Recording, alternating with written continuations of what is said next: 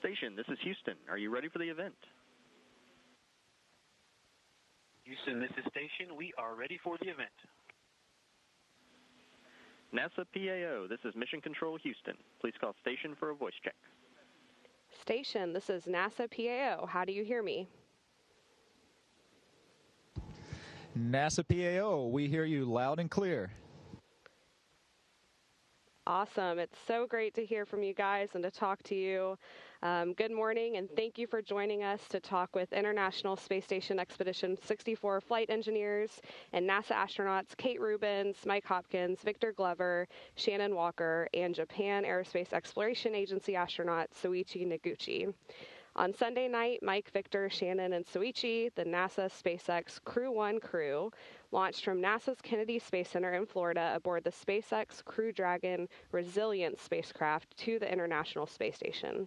Their spacecraft successfully docked to the station on Monday evening, and they joined Kate Rubins, who has been living and working on board the station for the past 5 weeks. Their docking marked the start of the first crew rotation flight of a U.S. commercial spacecraft and begins a regular cadence of space station missions launching from the U.S. aboard commercial vehicles. It is so great to see you all on board. We'll go ahead and start with any remarks that the crew would like to make and then take questions for them. For media on the phone, please press star 1 to ask a question and star 2 to withdraw your question if it's already been asked. With that, I will turn it over to the crew. Okay, thank you. Boy, I tell you, it is fantastic to be up here. The launch itself was absolutely incredible. That vehicle really gets off the ground, and so it was exciting all the way up, and the ride was very smooth. So it's, I know we had a few delays along the way, but we launched when we were supposed to, and we got here when we were supposed to. So from Crew 1, we just want to say thank you again to all of the folks at NASA, at SpaceX, the DoD, everybody that helped make that launch successful. And we are really looking forward to the next 6 months up here on the International Space Station. Here. Okay, let's get started with Q&A. Let's start with Chris Davenport with the Washington Post. Hi guys, it's great to see you. My question is for Soichi. This is now the third vehicle that you've flown to space. I just wonder how Resilience compared to the Soyuz and the shuttle. Thank you. Hey, Chris, thanks for the question. For the record, the Dragon is the best. It's a short answer. And of course, each vehicle has its own, peculiarity. But I feel Dragon is really ready to go up. It's really it's fun to ride. And 2 days and Dragon is really remarkable memories. So I'm really happy to be here again. Awesome. Okay, let's go to Joey Roulette with Reuters.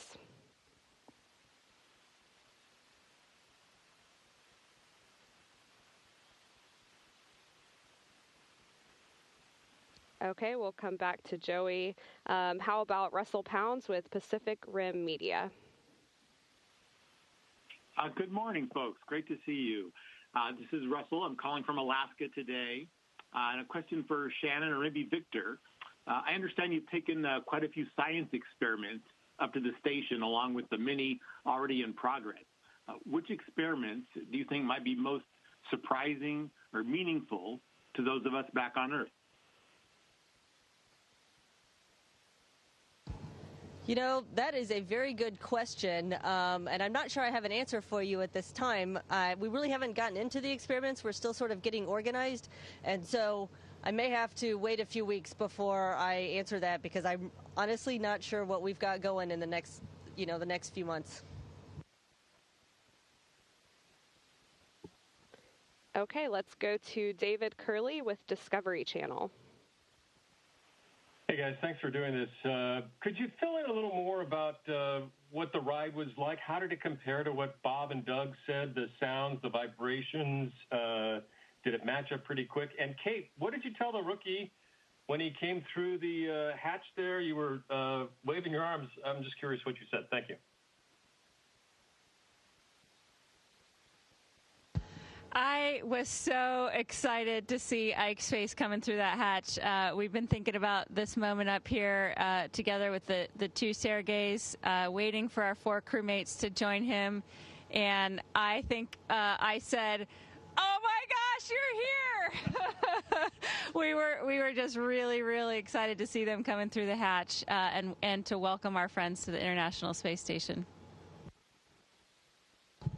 Yeah, and in terms of the launch itself, I mentioned at the beginning it was an exciting ride, and that really doesn't do it justice, to be honest. Bob and Doug described it pretty well, but it just, when you're sitting there on the rocket as it's going through the fueling process, there's noises and vibrations, and it, in many sense, you can tell it wants to get off the ground. And particularly in those last 2-3 minutes as the final fueling's happening and the strong batch retracted and things of that nature, it's definitely ready to go. And it leaped off the pad. It was amazing. And right after we, about 40 seconds into the flight, you throttle back a little bit, and you definitely noticed that. But then when it was time to get going again, it really picked up. And it was really moving. Staging is always pretty exciting, I think, on any rocket, and this one is no different. There was when the first stage shuts off and separates, and then that second stage kicks in. You definitely know that as well. And then this just slow, steady build-up in G's all the way up into orbit. But I tell you, we were all very excited. When we passed the 100-kilometer point, we all said, "Welcome to space," to Ike, because that's certainly a big moment. And I think it's probably worthwhile to hear what Ike thought of his first ride to space as well. Yeah, it's a great question, and the short answer is it was awesome. I could sit here and tell you for the entire duration of this conference how great the ride was, but the staging was dynamic. The G's on the second stage is much closer to our spacecraft, so you felt it. It was much more up close and personal, but we accelerated for several minutes, and so the G just slowly built in. You definitely felt it. And then when that engine cut off and we were in orbit, I mean, it's surreal. I've seen tons of pictures, but when I first looked out the window at the Earth, it's hard to describe. There are no words. There are no words to describe it. It was an amazing, once-in-a-lifetime feeling. All right. The next question will be from Marcia Dunn for Associated Press. Yes. Victor, I have a question for you, if you don't mind. What was your biggest surprise about the launch, and having flown 3,000 hours and more than 40 aircraft, how hard was it to be hands-off the whole time? Thank you. Thank you. Interesting. That's a great question, Marcia, and how you doing? So, when I first started training for this 30 months or so ago, that was a big deal to me. I will tell you, on the 15th or Greenwich Mean Time on the 16th, it wasn't an issue at all. The rocket, the Falcon 9, performed superbly the way it was supposed to. Dragon performed superb. We had some things to work through, but we worked through it as a crew.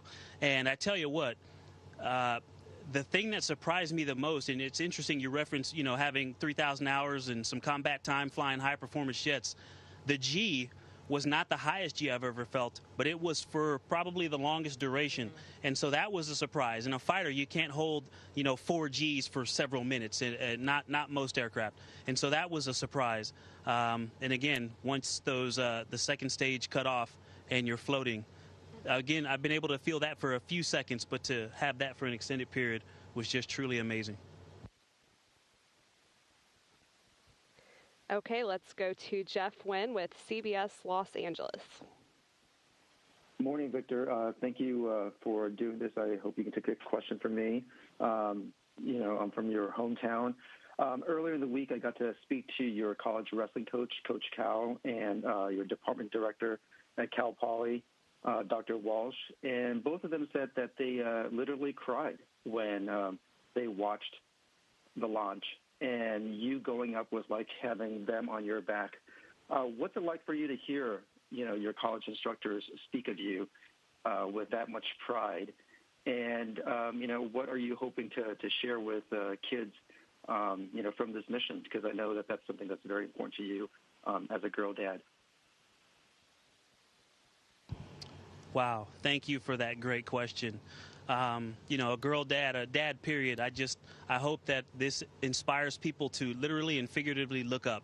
I really think having something to look up to now, especially as we bring 2020 to a close, it's just something that we all need. And, you know, you mentioned two people who mean so much to me, and I could name a ton more, but, you know, Coach Cal and Dr. Walsh, my advisor in undergrad, were huge inspirations to me. And so to hear that they were inspired by this, I mean, you're about to make me cry. That brought tears to my eyes just now.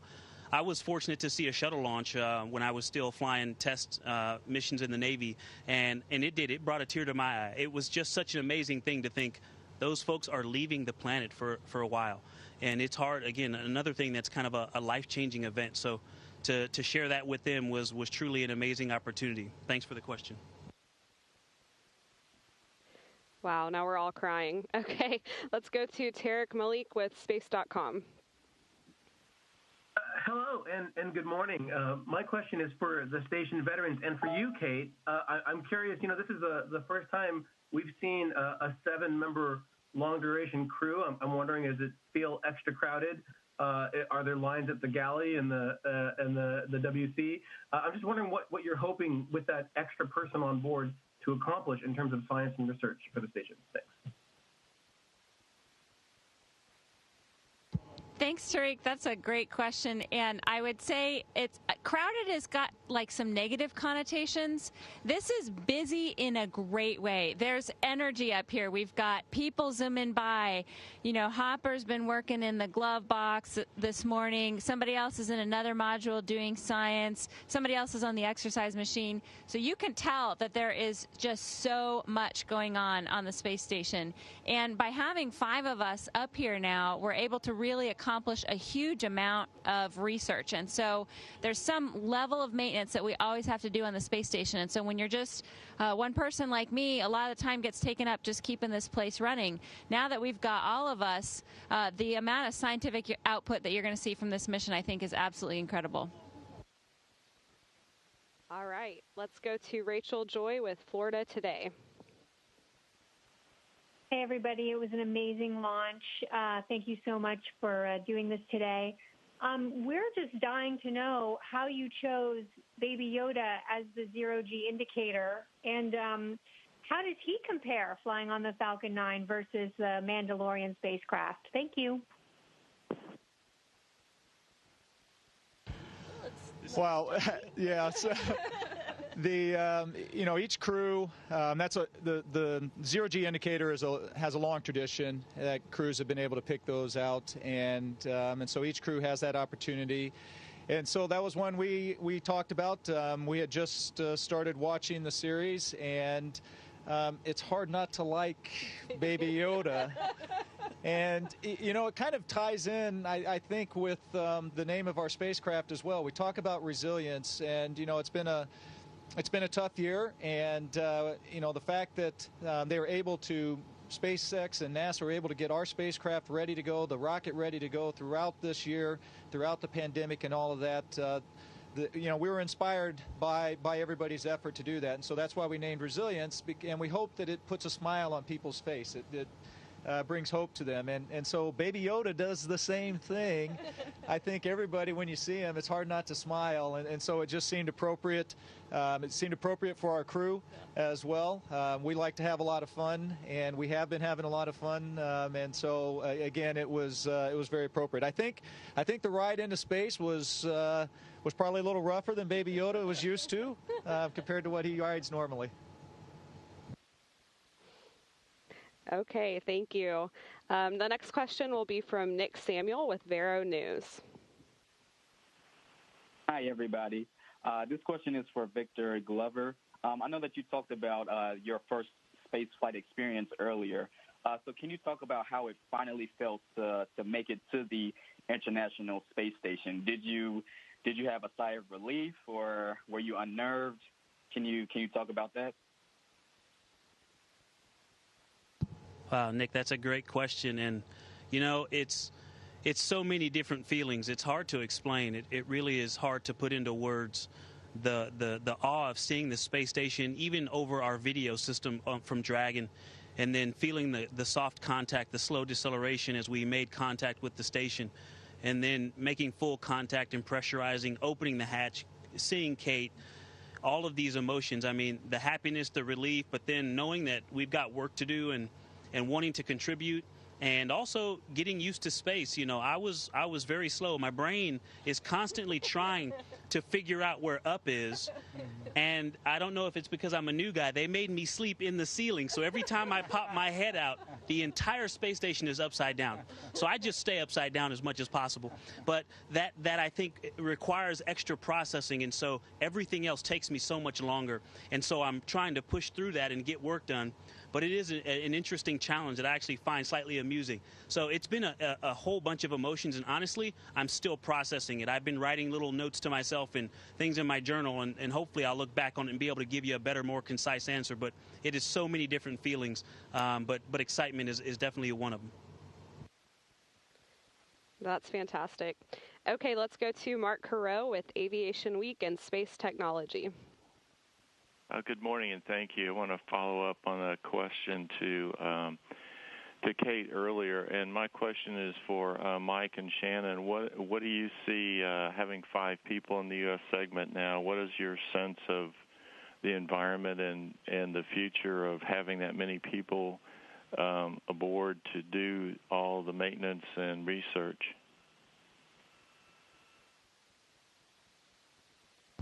Yeah, I can. I'll start off, and I'll just say it's go time up here. I mean, we came across the hatch just a couple days ago, I guess, but it's been pretty busy since we showed up here. So I think the folks on the ground, all of the investigators out there, I think they've been waiting a long time for this moment.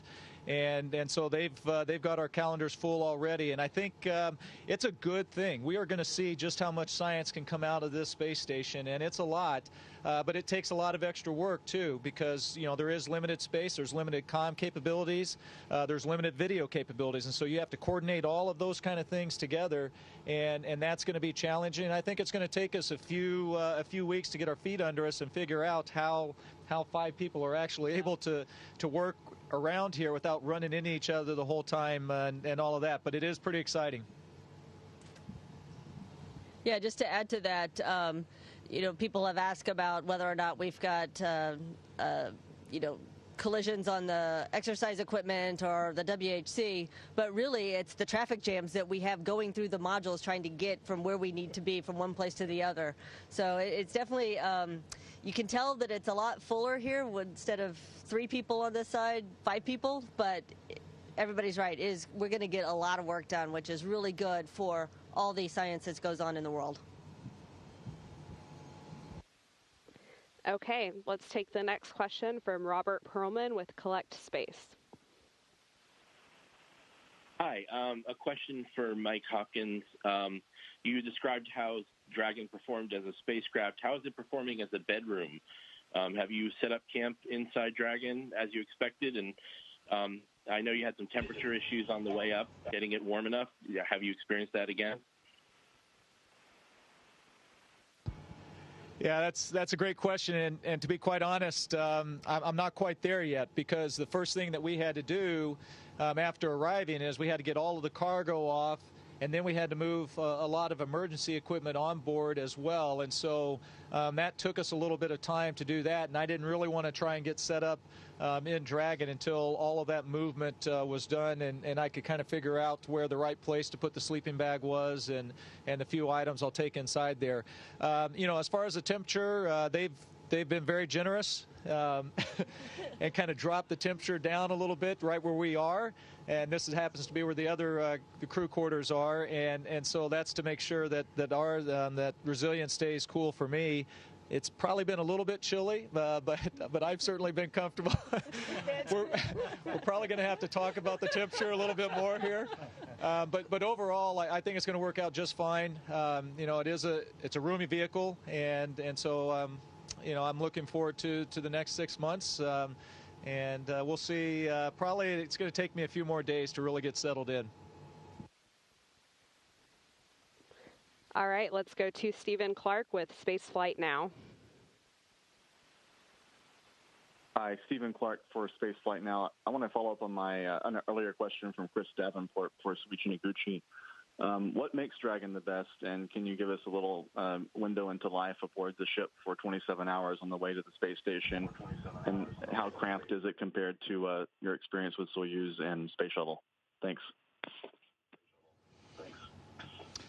Well, my other crew member already described, but the Dragon was fun to fly. It's really kind of they wanted to go.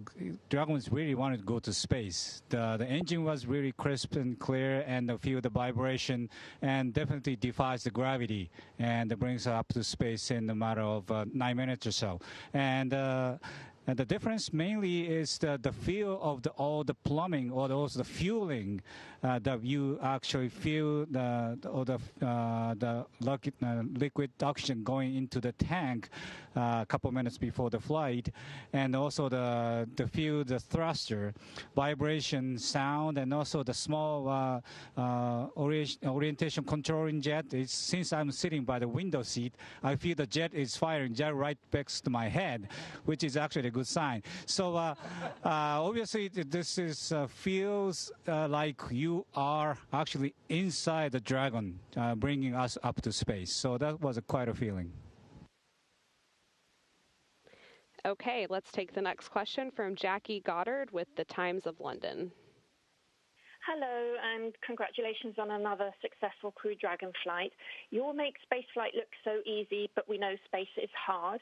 What would be your best tip to future space travelers about how to prepare for living and working in space, particularly those who may not be career astronauts? I guess basically my question is there anything important that Tom Cruise needs to know?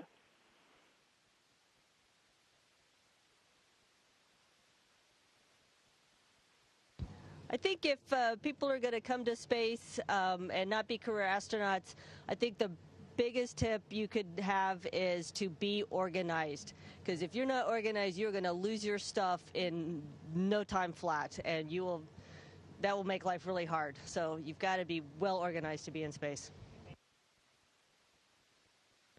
Okay, let's take a question from Joey Roulette with Reuters.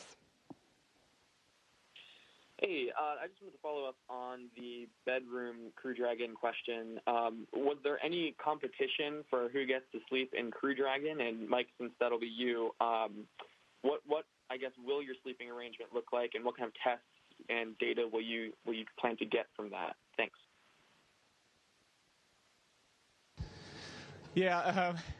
We were talking about, if you know rock, paper, scissors, there's also another version called Gunman, Gorilla Man, Karate Man. So,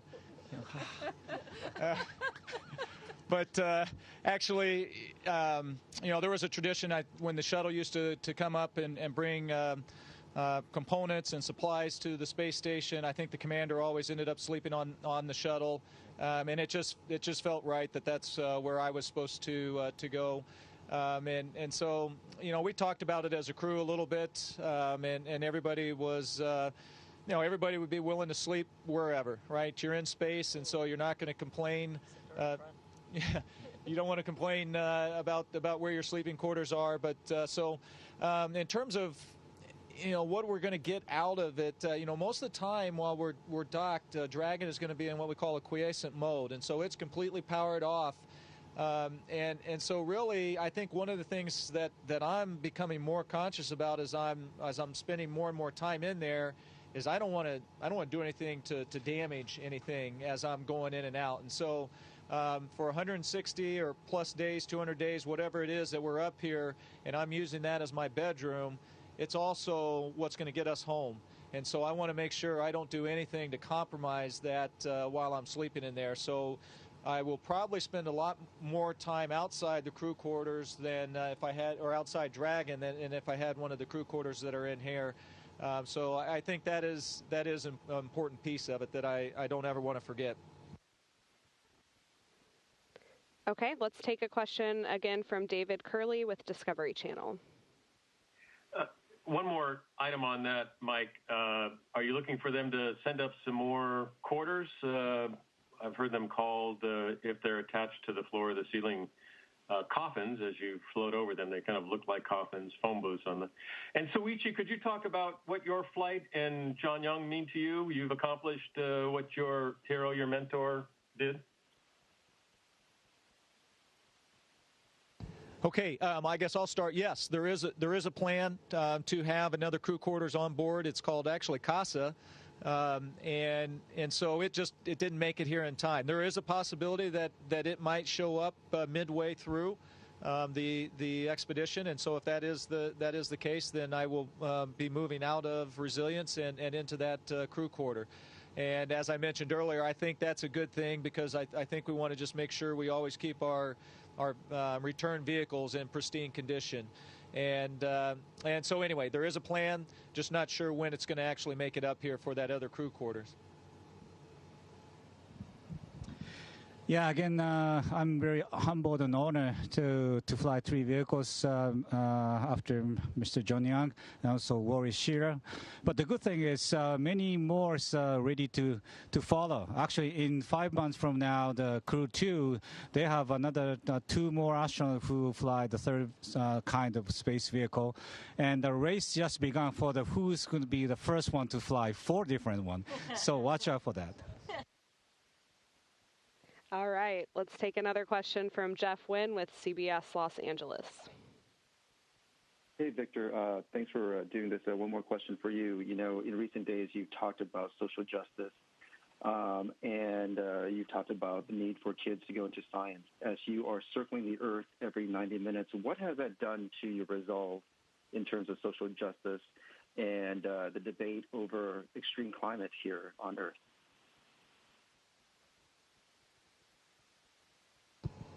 Yeah, that's, Jeff, that's a great but very, very large question. I'll say this, if anything, it's strengthened my resolve in all of those areas because I believe that, what I've said and what I've tried to work for is just what's right, to be honest and upfront with people and then to work for what's right. And I think that doing the right thing is always in order. So, looking at the planet from this perspective, actually, I went almost a full day up here before I went and looked out the cupola in the daytime to see the Earth and in these beautiful land masses and oceans without lines or words drawn on them, and also to look out at Dragon. It's beautiful, but it just heightens an awareness that the planet needs protection, that human life needs protection, and we are the ones who have to protect it. All right. I think we could talk with you all day, but unfortunately, that's all the time we have for questions. Thank you so much for your time and for your answers today. It was really great to talk with you. We will continue to keep up with your mission online at nasa.gov/station and by following the station and NASA sites on social media. Thanks for joining, everyone. Thank you, everyone. Station, this is Houston ACR. That concludes our event. Thank you to all the participants from NASA PAO. Station, we are now resuming operational audio communications.